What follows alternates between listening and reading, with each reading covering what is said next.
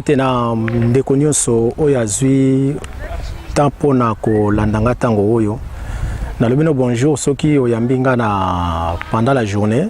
Bonsoir soki na poko ape butu malamu na biso nyonso. Na ningisu kokumisa Nzambe pona komona mukolo kitoko apesi biso. Pour Bible bi c'est la journée que le Seigneur a fait. Yemta na puissance osala mukolo. Asala ki mukolo ye mo bandeli na nyonso. Balobi na biso ezala sujet à joie pona biso. Donc à tout ce qui respire, loue l'Éternel. Biso nyo tozo kumisa Nzambe et sengel na biso to comprendre que journée oyo Nzambe asali ezala sujet à joie pona biso. A voter biso a pesi biso le susu mukolo oyo longo na bango nyonso bazana bazo pema. Enfin que toko kasuko profiter na mokili na ye asali. Deuxièmement nalingi ko pesa merci na visionnaire ya émission La Nouvelle Vision, mon bien-aimé Fumukanda. Ça fait un peu longtemps que kutanaka lisusu te na nzela ya ba ilili loko la télévision, mais ezali batande peut-être ekoki ko zo permettre te to kokutana, mais tozo continuer toujours na musala Nzambe. Nzamba pambola yo ndeko o linkolanda ngai. Nalingi na partager eloko moko na yo elongo o Saint-Esprit atie kati na ngai. Tu vois, Bible bina biso que soki to kozala agréable par l'Éternel. Éternel a osala nini? A couper sa biso d'abord sagesse. Hein, sagesse à mokilité, mais sagesse qui vient d'en haut selon Mukanda ya Jacques 3 partir verset 17. Sagesse d'en haut.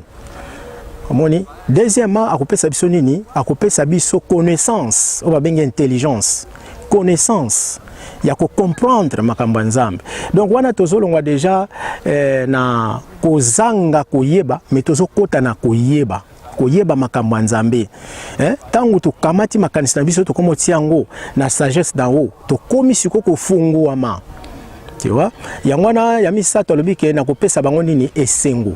Donc quand tu es agréable à Dieu, Dieu va te donner la sagesse, il va te donner l'intelligence, o babengi rema, o ezali puissance à Saint-Esprit, o ezali revêtement à l'onction, et troisièmement ko pesa yo esengo.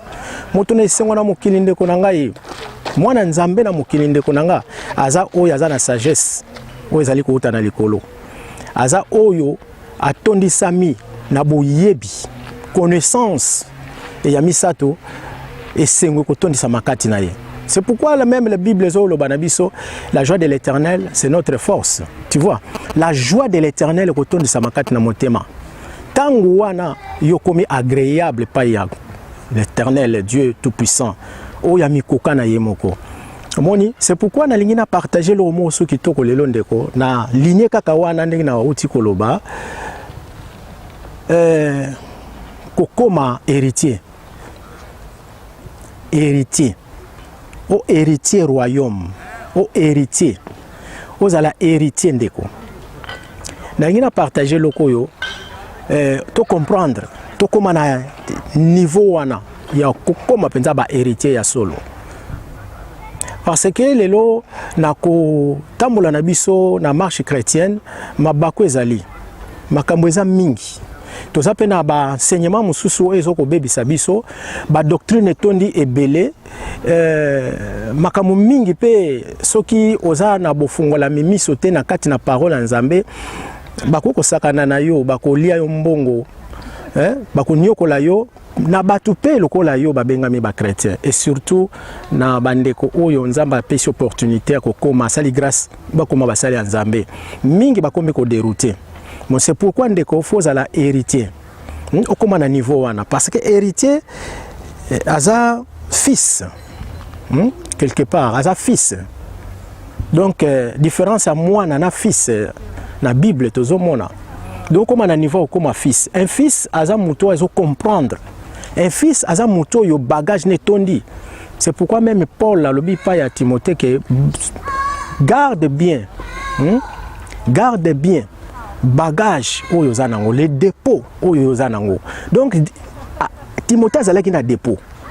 Donc atondi samaki na parole de Dieu vandaki katine à travers oyo Paul apôtre azalaki ko ko introduire katina ye azalaki ko pesa ye le Saint-Esprit katina Paul le Saint-Esprit azalaki ko pesa Timothée o ezalaki ba connaissance enfin que bagage wana ekoka kovanda. Alors ndeko nangi natanga verset moko kitoko awa yango ekozala ni na biso base na biso place tokovanda totali na mukanda Ecclésiaste Ecclésiaste 10 chapitre 10 verset 7 balobi boye na kotanga na français prédicateur oto bengi Salomon nebi ke mukanda oyo eza toujours na kamwa ba divergence na bato bamsu babi ke Salomon mutakoma kiango bamsu balobi non c'est que Salomon te eza peut-être mwana ya David donc nango kota na babilo ko na te mengina vanda na oyo et comment mi awa. Alors babengi prédicateur Ecclésiaste balobi alobi j'ai vu des esclaves sur des chevaux et des princes marchant sur terre comme des esclaves. Hein? Si c'est ça, si c'est bon ami 9 et bon ami 6. Akamwe komona ke na moni besclave ba mati likola ba punda bazoko ko marcher likola punda. Mais kokamwa nazomona ba prince bazo tambola na mabele lokola besclave. Ndeko saisir eloko yo atana yo atana ngai to soki to moni image yo to lobake me ba prince wana bazangi boyebi. Mais comment bango baza ba prince ba marcher na mabele et pourtant il fallait pas marcher na bazala likola punda likola cheval atokolo baboye. Mais tandis que spirituellement pe ngape na kozala lokola image oyo prédicateur azopesa biso lelo. Peut-être na ignorance parce que nzamba lobi akoki jamais kokabola gloire na ye na mutu. Bon. Nebi ke gloire soto koti na sujet wana to kokota pe na profondeur. Pour tout monde la gloire actuelle, to komona appelle gloire o ezozela biso un jour to kozana Jésus-Christ na gloire na ye. Moni. Alors na ignorance pe to koki lelo ko glorifier mutu lokola biso parce que azana titre hein azana titre moko boye au lieu pesa ye honneur au lieu respecter ye moko na niveau ti okomi sikoyo ko glorifier ye comprendre loko nazolo bandeko ignorance wana ekoki pe ko pesa image ya esclave ndenge okoza l'esclave parce que oza prince mais oza lokola esclave parce que ozo marcher na mabele. Tandis qu'un prince, faut aller le coller à punda. Son natali image ya cheval awa, eza image moko na mukanda ya hébreu, ya plutôt ya grec, bazo pes lango image ya honneur. Prédicateur azo mona prince azo fonctionner. Prince azana makanisi. Lokola esclave, azo ignorer que azana niveau moko plus élevé. Azoko ignorango. Donc à partir ya ignorance wana yango pezo salake akoka koyeba lisusu te esika nini nzamba bongiseli. Alors comme pe na nga comme pe na yo okoza na ignorance lelo bakoko manipuler yo moni na ba titre mususu eza likolo na yo tandis que tant balobi ozali prince ozali fils oza ko comprendre et le konyoso nanzela Saint-Esprit pour Bible lobi sans mon esprit vous êtes nul sans le Saint-Esprit de kotoza nul Saint-Esprit o intercédera pour nabiso Jésus-Christ o yaza nzambe nabiso azako intercéder pour nabiso na tina ya babiloko oyo lelo nazako yebiso ndeko na ngai azolinga fungola biso miso to koma na niveau ya ba prince to koma na niveau ya ba fils to tika la susu ba esclave te. Alors ndeko nakanisi olandinga malamu yikampiko ndeko na ngai changer lo lenge ndoko ya kozalela Bible ezala vraiment parchemin na yo Bible ndeko ezala navigation na yo Bible est à la signe, est à la panneau ya signalisation pour nayo. Et Bible na zoloba na kotanga kaka Bible te, mais Bible médite la parole jour et nuit. Donc butu lokola moi banda ko lia parole oyo ndeko na ngai. Senga molimo mosanta kolisa yo ndeko na ngai. Senga molimo mosanta fungolo misu ndeko na ngai. Miso a molimo, miso a solo. Parce que tango to vandi ndeko, tango to zali, Jésus revient bientôt. Moni total la même éthique ya royaume. Éthique ministérielle les alliés, mais total éthique ya royaume. Éthique ngoba manière à vivre, hein? Éthique ngolo banabiso comment okoki ko fonctionner dans le royaume des cieux. Éthique ngo banabiso nini? Je pense apôtre Paul alobaki ngona Timothée abiso ki nazo ko wumela na ya te Timothée yeba ndenge okoki ko se conduire na kati ya église ya Nzambe ou ça dit édifice, hein? Donc ko yeba ndenge ya ko marcher soko ebandi ko ya kati na yo.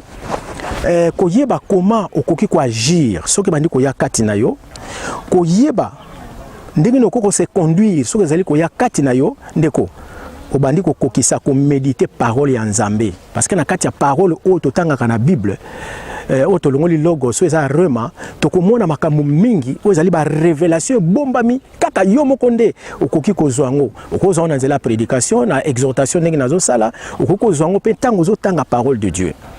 Ozoko sosola, ozo lia liloba, ndeko, okozala héritier, okozala fils. Alors, na lingina kota muke na profondeur, na mukanda ya Galate 4, Galate 4, eza parole moko susuri trop profond, oyo Paul azoko moni sabiso. Na lingi d'abord nazo na Galate 4, à partir à verset 7. Na rozonga sima na partir à verset 1 à 7. Mais si on a banana verset 7, balobi yoka autant en français. Ainsi tu n'es plus esclave, mais fils. Et si tu es fils, tu es aussi héritier par la grâce de Dieu. Amen. Tu vois, ndeko bazoko symbolise biso malamu. Balobi na biso ozali sous esclavité, boza sous esclavité. Kasi bozali bana oyo bakoli to babengi ba fils. Yangwana soki oza mwana oyo koli na âge na kati na bonzambe balobi okomi pe héritier. Héritier, okomi héritier par la grâce de Dieu. Tala beta poyo ndenge Paul azolakisa awa. Moni, donc pour comme héritier ndeko babi nous sommes les fils de Dieu. C'est vrai, et les enfants de Dieu c'est vrai, ils ont malamu mingi.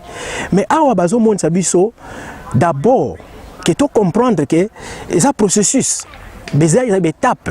Donc il faut une étape au Yozali, sur le temps mukanda Hébreu chapitre 5 à partir du verset 11. Bazo bambisoni balobi que il y a des choses difficiles à expliquer. Tu vois, des choses difficiles à expliquer, mais ndeko Oyo a commis mukanda olobi, mais nazo regretter parce que vous êtes là à comprendre. Tu vois, mais bino oyo beaucoup que vous allez mettre, ti lelo vous avez esclave parce que vous avez un miliki. Tandis que lelo, tous en attendent les choses à milikité. Tous en attendent, il y a que comprendre parole. Tous en attendent que lire misuna, que bouka mikua, de que comment à niveau ana. Il y a que bouka mikua, il y a que lire misuni de que longwana bomwana. Yangwana Paul azolo manabiso awa. Tanga mukanda wana ya Hébreu chapitre 5 à partir du verset 11. Okomona tina se bazoko expliquer biso ango. Auteur ya mukanda wana lingaki a avancer, a pesa bango makasi, ba changer niveau. Mais bande kwana ba lingaki toujours kozana niveau ya C. Bango bakoke kozala ba maître, bakoko kozala likola cheval. Mais ba sepeli na bango batambola na bango na C. Tu vois ndeko. Alors on a continué Dès balobi, dans verset 28, balobi, pour vous frères, comme Isaac, vous êtes enfants de la promesse. Mais vous marchez comme des esclaves, pas comme des princes sur les chevaux. Donc, biso toza bana promesse ndenge Paul azokolo bango verset 28. Toza bana promesse. Toza bana ya esclavité. Tangango nakoya Ismaël na Isaac.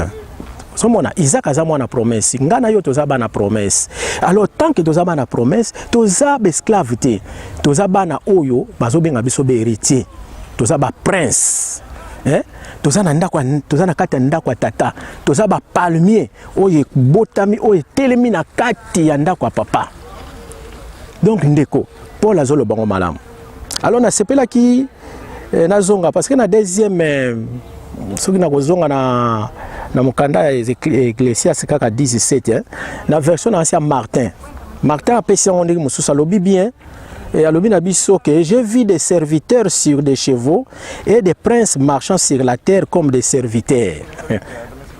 Ozomona lui c'est quoi le esclave ba prince bazo marcher le kola esclave moni esclave bazali kola punda awa na version ya Martin alobi na biso ke amonaki ba serviteur bazali kola à chevaux mais ba prince bazo marcher comme ba serviteur na se. Alléluia. Ndeko saisir elokoyo. Alors nalingi nazonga na Galates 4 na chapitre na verset 1 jusqu'à 4 kuna nalingi nazwa susu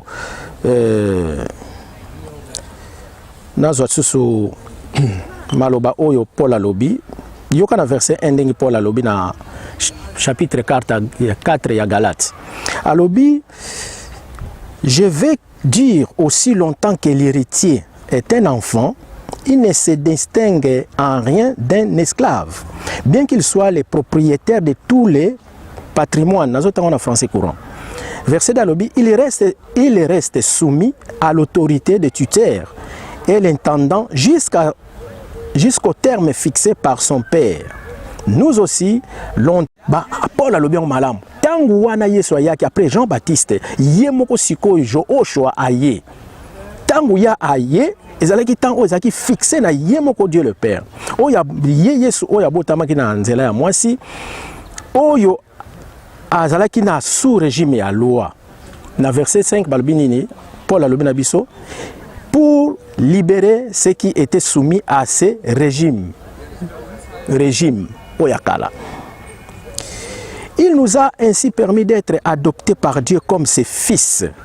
Puisque vous êtes bien ses fils, Dieu a envoyé dans nos cœurs l'esprit de son Fils qui crie à bas, Père. Alléluia. Ndeko, saisir susu, maloba opola zolo, bezana profondeur.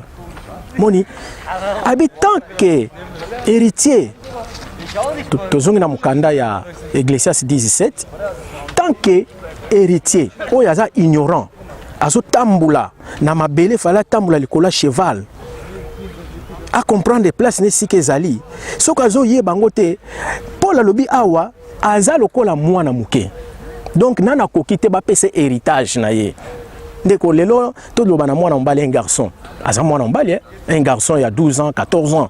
Ako bana papa na za mwana mbali, papa ba oui oza mwana mbali, abi papa na lingi na bala. Papa na mwana mbali funa bala. Mais na ngasi papa wana soki penza makanisi za kovanda akovanisa mwana ne malembe aba mwana oza mobali. C'est vrai. Mais na âge oza nango, okoko bala te.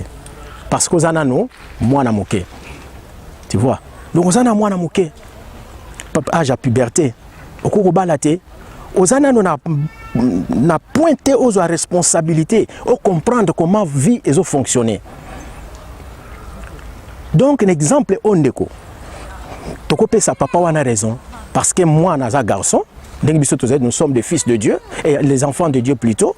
Mais les loso qui ont commis à niveau oyo Paul azolo bate, osaka ndingi na garçon oyo, bako pese jamais permission à kokakobala, à kokako supporter moi cité. Aibi kutu libala te soko ezandingi nini. Comment et marchaka, responsabilité. Et azala mobali o lelo akoki ko sunga moi sinaye, aiba comment lelo famille marchaka.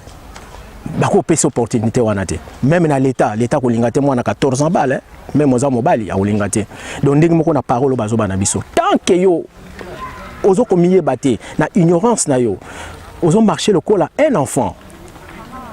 Donc jamais bakoki ko pesa yo héritage. Jamais oko koma héritier. Donc oza moto esengeli ba ye kusayo bala kisayo comment lelo okoki kozala ko fonctionner na kati ya mokili na kati ya monde royaume de cieux et tant yo okoma na niveau wana oyo ba bengi ya Huos bana o bakoli ba fils nde tango wana bakoki ko peso héritage awa na Galate na chapitre 4 verset 1 Paul azoko préciser on a ainsi natanga ki on a mukanda ya ba grec enfant awa na grec ezali nepios eza mwana oyo azokola te moni ndenge tolobaka na bamboka na biso kisimbi mwana botami mais mwana oyo atelemaka te atambolaka te azaka boye bazopesa ngo na sens wana na grec mais tozonga sikona ko na réalité ya likambo ndeko papa parent nini bien papa bien mama famille nini lelo mwana na bango azala na ba situation boye azala ndenge tolobaka koka azokola te croissance moko ezate bozomona kaka tikala ndenge wana azotambola te intellectuellement na ye ezo fonctionner malamu te mais bozana komitungisama bokoluka ba docteur bokoluka solution pona mwana oyo akoka kokola mwana oyo azwa pe responsabilité lokola moto comprendre pe monde a comprendre pe vie comment ezo fonctionner azwa pe ba responsabilité na ye azwa pe ba engagement na ye tu vois c'est la même chose pe na parole de Dieu et loko nazote andeko za héritier. Tu vois? Alors, tant que l'élo, on a toujours kokolaté na makambo nzambe na parole de Dieu. Ozo kolaté, on a toujours na sebazo ko nyokolayo. Ozo comprendre pas même ba verset biblique mususu. Ndeko, oza pareillement un enfant oyo nepios bazolo ba awa. Oyo azo kolaté. Azaka na posa miliki ndenge Hébreux 5:11 lobi. Jusqu'à quand Jésus lobaki na kozana bino jusqu'à quand? Ndeko, sosola. Pourquoi ozotika la sima? Pourquoi ngana zotika la sima? Na vie à lelo Jésus revient bientôt. Ndeko, toza batu oyo lelo, to benga bana na nzambe, et sengeli tozo esika na biso. Donc tokota na ba doctrine nyonso te ya oyo batozo ko yoka na kati ya mangomba bien na basali ya nzambe mususu oyo lelo bazolinga ko pengusa biso. Na ba titre belé, tala lelo, tozo wela mingi na ba église, ba dîme. Moni bazotia kaka titre badim pesa dim mais tandis que ce que za mwana nzambe okolingo comprendre qu'est-ce que cela veut dire dim ko pesa dim c'est quoi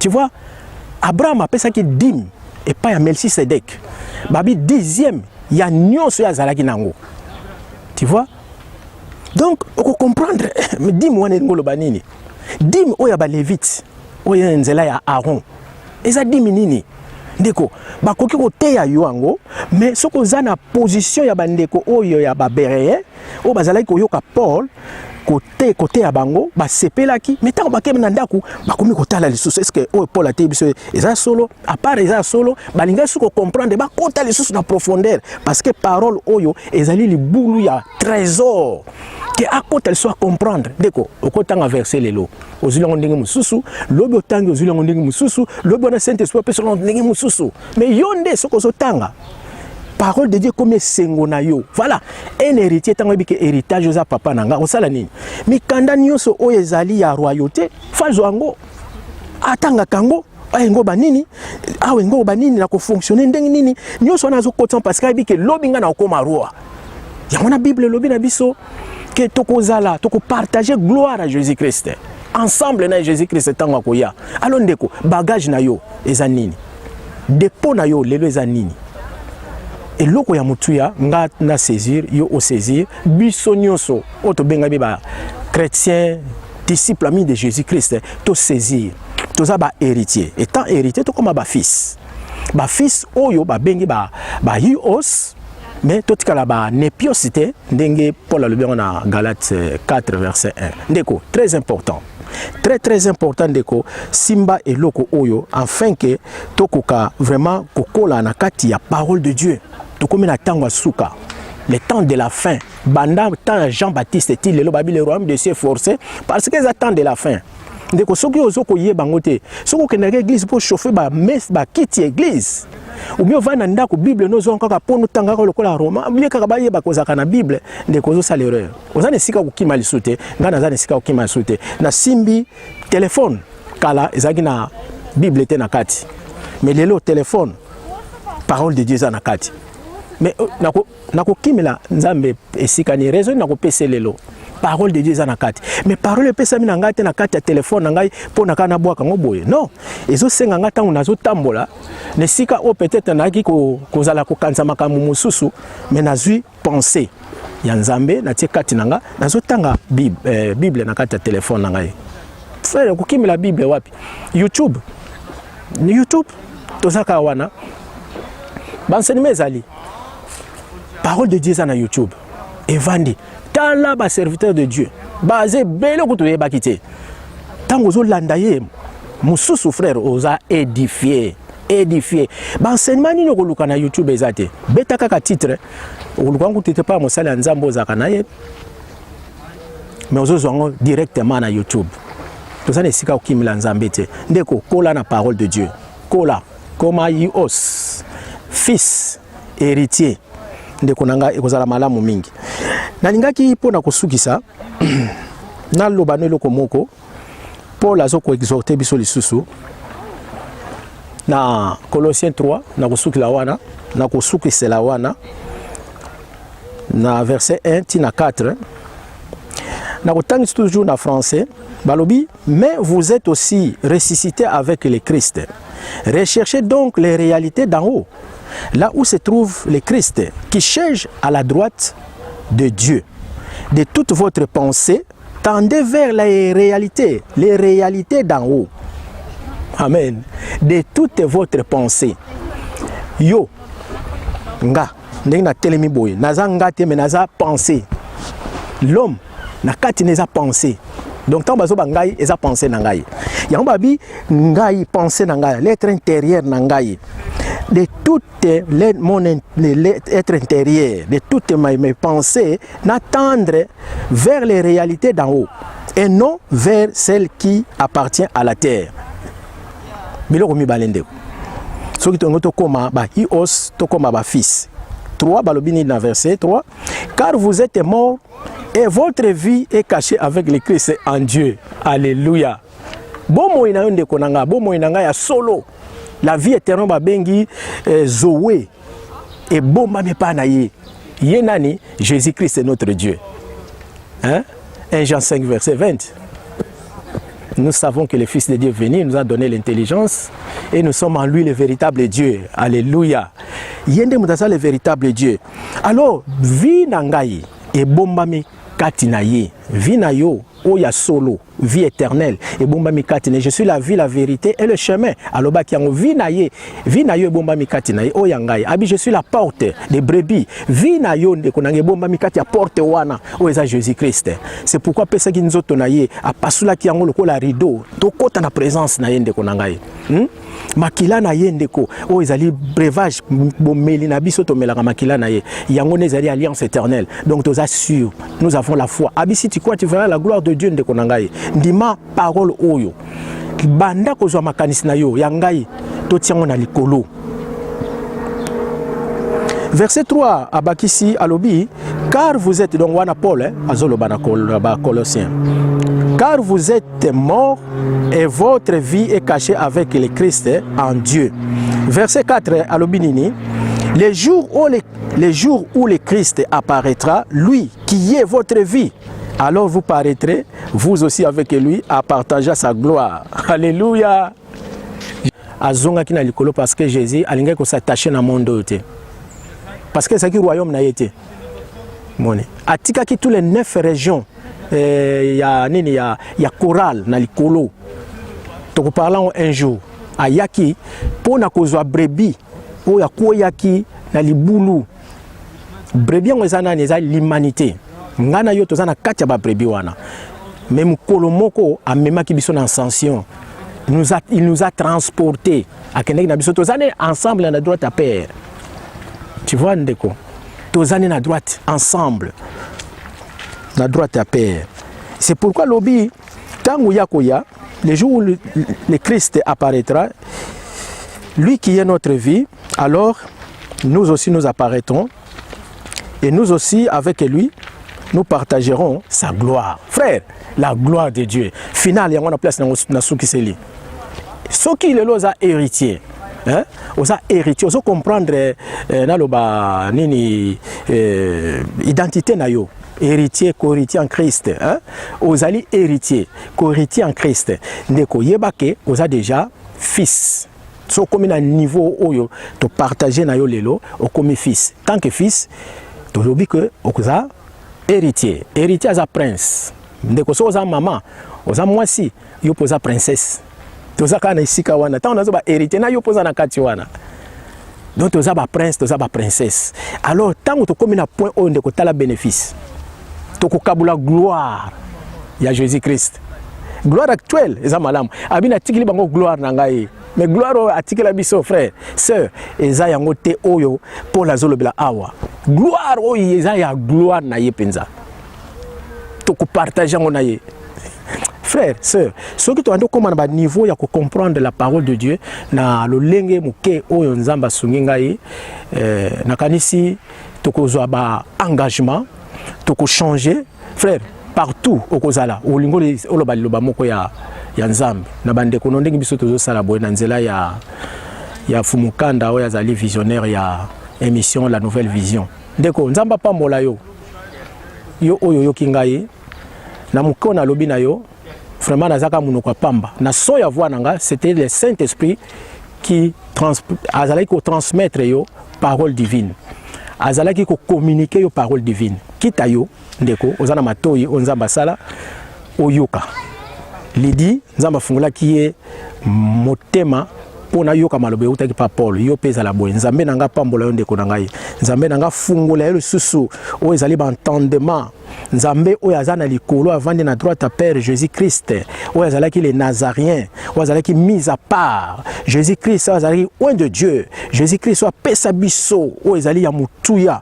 o to bengami ba Christos tango susu transmettre onction ses frères sœurs o zala na onction oyo Saint-Esprit pesa ki pa na kati na Jésus Christ l'onction oyo e ko fungulo matoyi l'onction oyo tango yozo tanga parole de Dieu ko comprendre frère pambama sœur pambama Jésus revient bientôt tika ete nzambe azana na côté non ndeko na ngai bango nyonso oyo baza contre yo na vérité olingo tambola na kati ya parole de Dieu parce que tant ozo tanga parole de Dieu eza différent na muto azo vivre parole de Dieu tant ozo vivre parole de Dieu comme juste ndeko ozana makambo belé ya mutungisi ndeko nanga ozala plus que vainqueur au nom de Jésus Christ alléluia nzamba pambola bino apambola ndeko papa Tingi oya bengami fumukanda na émission La Nouvelle Vision tozo zela bino bandeko pona koya ndinga na sali ndeko yaka ko partager na biso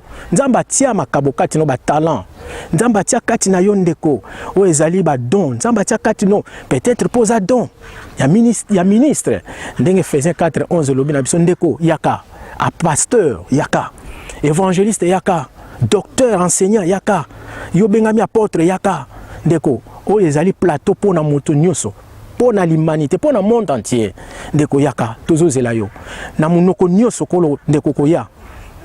Okokumisa nzambe, toko profiter na oyo ko pesa biso parce que tozo ko sungana biso na biso. Tikate nzamba pambola bino. Alléluia. Amen, amen, amen, amen.